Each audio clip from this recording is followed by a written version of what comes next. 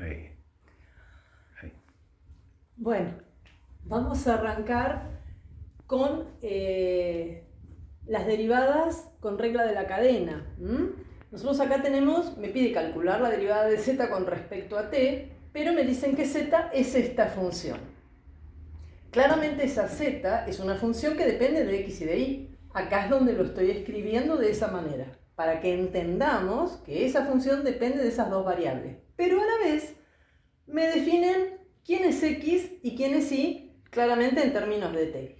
Yo lo que quiero que les quede claro es que ese abuso de notación del que en algún momento les hablé hace que en general a mí esto me lo den así: x igual a 2 más t cuarta, y igual a 1 menos t cubo. Yo tengo que interpretar claramente que esa x es una x que depende de t y que esa y es una y que depende de t. Si no, me puedo equivocar. Ustedes esto lo pueden transformar, no es la idea, pero lo pueden transformar. Pueden poner que z es 1 menos t cubo por 2 más t cuarta al cuadrado, igual acá, hacer todas las cuentas. ¿Y qué les va a quedar? Les va a quedar una función que depende de t. Por eso es que les están pidiendo que deriven con respecto a t.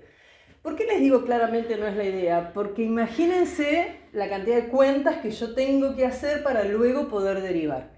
Eso lo evita la regla de la cadena. Si yo quiero hacer la derivada de z con respecto a t, lo que tengo que hacer es, en primer lugar, a ver, la función f nosotros estamos diciendo que depende de dos variables. Esas variables, cada una de ellas depende de otra variable. La función z solo depende de la t. Estas serían, como uno podría llamarlas, las variables intermedias que hacen que yo pueda llegar a t pasando primero por x y por y. Muy bien, entonces para hacer la derivada de la función f con respecto a t, paso por x y paso por y. Eso significa que ¿qué voy a hacer? La derivada de f con respecto a x y luego a x la derivo con respecto a t. La derivada de f con respecto a y luego derivo a y con respecto a t. Vale aclarar, y deberíamos hacerlo, que la variable x depende de t y que la variable y depende de t. Entonces, cuando yo derivo a la función f con respecto a x, esta función f que tenemos acá, con respecto a x, esto va a ser 2x por y. Con respecto a x más y cuadrado. Esto que estoy haciendo acá, ¿quién es? La derivada de f con respecto a x. Por la derivada de x con respecto a t. La derivada de x es esta con respecto a t, la función, y la derivada con respecto a t sería 4t al cubo. Más la derivada de f ahora con respecto a y. Esto me va a quedar x al cuadrado más 2xy. Y todo esto por la derivada de y con respecto a t, que es menos 3 por t al cuadrado. Uno normalmente y con abuso de notación deja esto así, pero en realidad está mal. Yo no puedo derivar con respecto a la única variable que tengo, que es t, y que me quede la x y la y. Entonces, si lo quieren dejar así, deben aclarar en este caso que la x es una variable que depende de t y la y también. Y en este caso también, que la x es una función que depende de t y la y también. Si yo no lo hago, en realidad, ¿qué es lo que pasa? ¿En qué aspecto está mal? En que estoy derivando con respecto a una variable y en definitiva me están apareciendo tres variables. Entonces, esa aclaración hay que hacerla, porque si no el ejercicio está mal hecho. ¿Cuál sería la otra forma si yo no quiero aclarar nada? Reemplazar la x y la y por las funciones que dependen de t. Pero no es necesario, con hacer esa aclaración es más que suficiente. Vamos a ver ahora otro ejercicio. Supongamos que me dicen calcular la derivada de z con respecto a s y me dicen que z es esta función, e a la r por coseno de tita.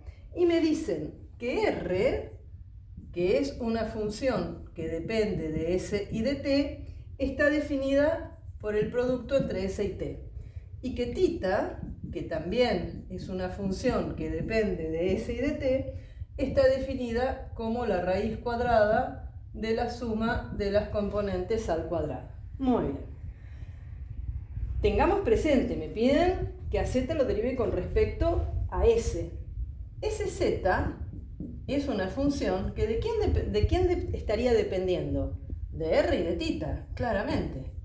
Ahora, ¿qué me pasa si yo pongo eso? ¿Está mal? No, no está mal. Lo que me va a pasar es que no me voy a dar cuenta de la dependencia si yo no escribo que a la vez ese R depende de estas dos variables igual que el tita. De esa manera yo me doy cuenta que la función f, que depende de estas dos variables que serían las que habíamos llamado intermedias, necesito pasar por ellas para llegar a lo que queremos.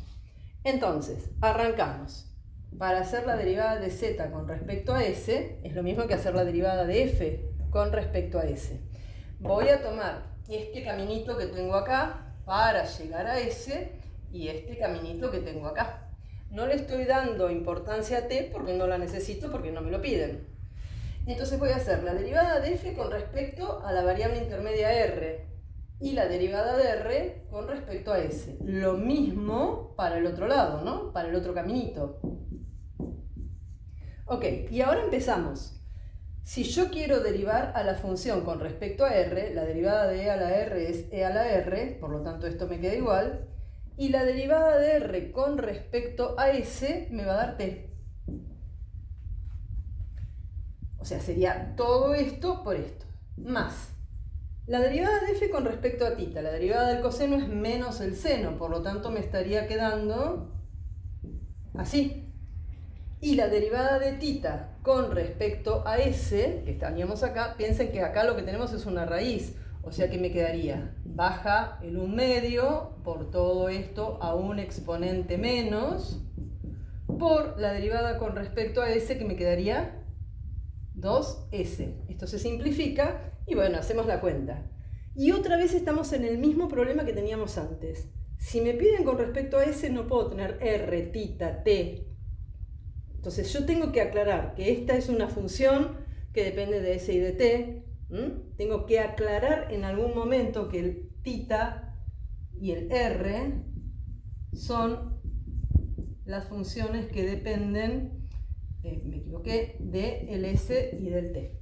¿De acuerdo? Entonces se aclara al final del ejercicio. En algún momento del ejercicio hay que aclararlo. Muy bien, vamos ahora a este ejercicio que tenemos acá, que es un ejercicio bastante conflictivo. Está en la guía, está copiado tal cual de la guía. Hay otra, se les pide otra cosa, pero acá vamos a hacer solo este. Y es conflictivo justamente porque no le estamos dando importancia a las notaciones. Quiero que visualicen esto. La función f estaría dependiendo de dos variables que son u y b. Y cada una de ellas depende de las variables s y t. Muy bien, pensemos. Y w depende únicamente de s y de t. Entonces pensemos, si a mí me están pidiendo que calcule esto, y yo sé que el w depende de las variables s y t, claramente lo que me están diciendo es que en el caso particular que nos están pidiendo, s es 1 y t es 0. Entonces yo necesito calcular esa derivada con las funciones en esas variables, en esos valores, perdón. Entonces, pensemos, voy a tomar este camino de acá y voy a tomar este camino de acá. Quiere decir que no lo voy a escribir ahí porque no me va a entrar. Voy a hacer la derivada de f con respecto a u por la derivada de u con respecto a s. La derivada de f con respecto a b y la derivada de b con respecto a s. Y una vez que termine de escribir eso, la verdad no se me ocurre qué hacer. ¿Por qué? Porque lo escribí mal. ¿Por qué lo escribí mal? Porque no estoy sabiendo quién depende de quién. Porque entonces yo ahora me pregunto, ¿y para qué me dieron todos estos valores de acá si no tengo manera de usarlos? Entonces, ahí es donde vamos a hacer borrón y cuenta nueva. Decimos, es verdad que quiero hacer la derivada de f con respecto a u, pero f, ¿de quién dependía? De u y de b. Y el u y el b dependían de s y de t. Por lo tanto, como en el caso particular que nosotros queremos valen 1 y 0, esa es la derivada de la función con respecto a u. Y ahora sí, por la derivada de u con respecto a S. ¿Y quién es U? U, ¿de quién depende? De S y de T, o sea que depende del 1 y del 0. Sigo, vamos para el otro camino. La derivada de f con respecto a b, otra vez, es la misma notación. ¿Por qué? Porque depende de las mismas variables. Y la derivada de b con respecto a s, que depende del 1 y del 0. Habiendo escrito como corresponde toda esta situación, yo ahora sí puedo seguir trabajando. ¿Por qué? ¿Quién es u que depende del 1, 0? Ay, los puse al revés. Ay, los copié al revés. A ver. Claro, no sé por qué puse 1, 0. Es 0, 1. Bueno, perdón.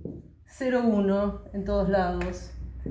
0, 1. Bueno, acá es 0, 1. 0, 1. No sé por qué lo puse al revés. 0, 1, 0, 1 y 0, 1. Muy bien. Entonces, ¿quién es u del 0, 1? 2. ¿Quién es b del 0, 1? 3. ¿Ven por qué tiene sentido que me pidan la derivada con respecto a u en el 2, 3? ¿Ven que me lo están dando como dato? Por eso tiene sentido que yo escriba las cosas. Muy bien, la derivada de u con respecto a s, busquémosla para acá, en el 0, 1. La derivada de u con respecto a s en el 0, 1 vale menos 2. Muy bien. Acá la cuenta es la misma. Esto vale 2, esto vale 3. Y la derivada de b con respecto a s en el 0, 1 vale 5. Muy bien. Ahora sigo buscando la información que me dan. En el 2, 3 la derivada vale menos 1 por menos 2. En el 2, 3 la derivada con respecto a b vale 10 por 5. Esta cuenta me da 2 más 50, que es 52. Y entonces yo claramente llego a encontrar lo que quiero. Es importantísimo que no hagan abuso de notación, o sea, que no pongan lo que yo había puesto en un principio, la derivada de f con respecto a u con respecto a s, f con respecto a b y b con respecto a s, porque yo estoy ahí parada y no sé para dónde salir, no sé cuál es la función que depende de qué variables y cómo hago para explicarlo o aplicarlo en los datos que me dan. Bueno, espero que les haya servido de ayuda.